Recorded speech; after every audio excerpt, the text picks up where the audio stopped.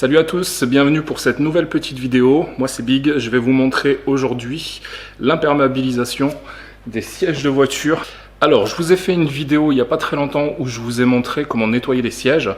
Donc il a fallu que je laisse passer 24 heures entre le moment où j'ai lavé les sièges et les laissé sécher complètement pour pouvoir appliquer l'imperméabilisant. Vous allez voir, c'est une étape qui est assez rapide, mais il y a quand même quelques précautions à prendre. Donc le siège a été complètement nettoyé, il est sec, il est prêt à accueillir le produit. Donc le produit, le voici, c'est le i1 Smart Fabric V2 de la marque G-Technique. Je ne sais pas si vous le voyez correctement à l'image. Donc vous avez plusieurs packaging, il n'y a pas besoin de le diluer, le produit est prêt à l'emploi. Vous travaillez avec une aération le plus ouverte possible parce que ce produit est très volatile et surtout il attaque le nez, c'est vraiment impressionnant. Donc moi je vais utiliser un masque de carrossier, je vous conseille de faire la même chose parce que je vous garantis qu'au bout d'un moment, surtout quand vous êtes dans l'habitacle, pour faire la moquette à l'intérieur et pour faire toute la partie de la banquette arrière qui reste dans le véhicule, je vous garantis qu'au bout d'un moment vous en pouvez plus. Donc je m'équipe et on se rejoint tout de suite.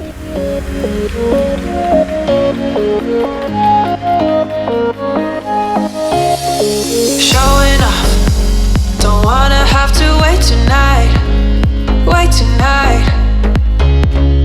Better off, I'm gonna find my way tonight. Wait tonight. Won't you talk to me? I wanna heal your sorrows. Just come to me. We'll make a new tomorrow. Talk to me. One night to find the answer. Talk to me. What makes this heart beat faster?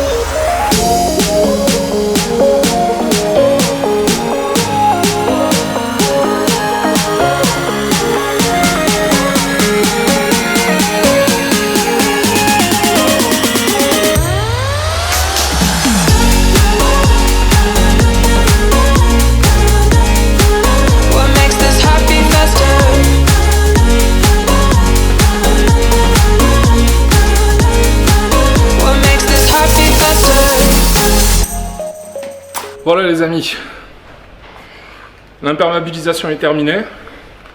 Donc vous avez vu, il n'y a rien de sorcier. On prend le produit, on l'applique, on l'étale avec des gants en nitrile ou en synthétique si vous avez. Vous l'étalez correctement. Par contre, ça se passe en une seule couche. Inutile d'essayer de refaire une deuxième couche. En quelques minutes, le produit est sec. Une fois qu'il est sec, il est amalgamé sur le tissu, c'est terminé, il ne laisse plus rien passer. Donc si vous comptez mettre une deuxième couche, il va la repousser, donc ça sert strictement à rien, c'est gaspiller du produit pour rien.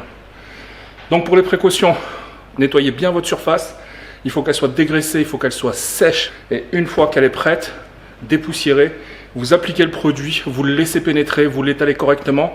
Avec un chiffon sec, vous nettoyez tout de suite les plastiques et tous les périphériques sur le véhicule, de manière à ne pas laisser de traces parce que c'est un produit qui attaque, donc faire quand même attention au niveau des plastiques et de la ferraille. Et puis une fois que c'est terminé, vous le laissez sécher pendant quelques heures avant de vous rasseoir dessus. Et voilà, c'est reparti pendant minimum 1 an.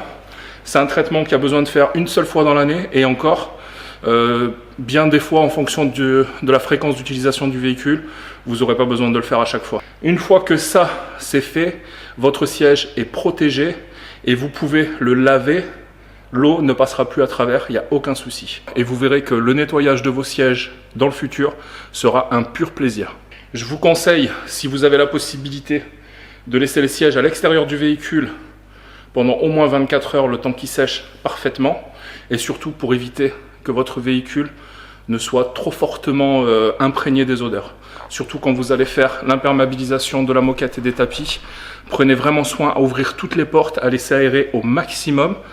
Parce que sinon vous allez avoir la tête qui tourne, ça va être vraiment un cauchemar pendant les premières heures d'utilisation du véhicule. Petite précision, si vous travaillez dans le véhicule, vous allez travailler avec les portes ouvertes pendant plusieurs heures. Surtout si c'est un véhicule récent, je vous conseille vivement d'utiliser un maintien de charge pour que la batterie ne se décharge pas, parce que sinon vous ne repartirez pas avec le véhicule.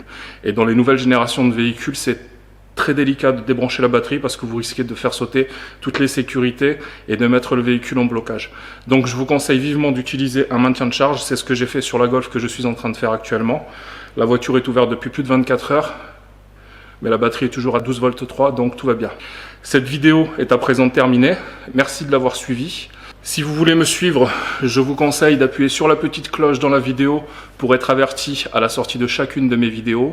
Je suis en train de faire toute une série de petits tutoriels assez sympas et rapides pour vous montrer toutes les étapes telles que nous les faisons nous les professionnels, avec tous les produits, avec tous les outils et toujours des solutions alternatives. Quand vous n'avez pas la possibilité de le faire avec les outils que nous on utilise, il y a toujours des plans B et ça je vous l'explique dans les tutoriels. Et surtout je vous invite à rejoindre notre communauté sur Facebook, laver sa voiture facile sans se prendre la tête. Donc c'est un groupe Facebook que j'administre. Je vous parle avec beaucoup de live de toutes les étapes du detailing, du valeting et du nettoyage automobile dans sa globalité.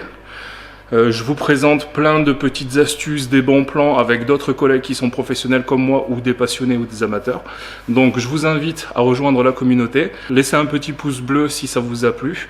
Laissez des commentaires. Je vous mettrai tous les liens dans la description de la vidéo. Restez confinés parce qu'on est actuellement dans une période de crise, c'est très compliqué. Protégez-vous, prenez soin de vous et je vous dis à très bientôt. Ciao.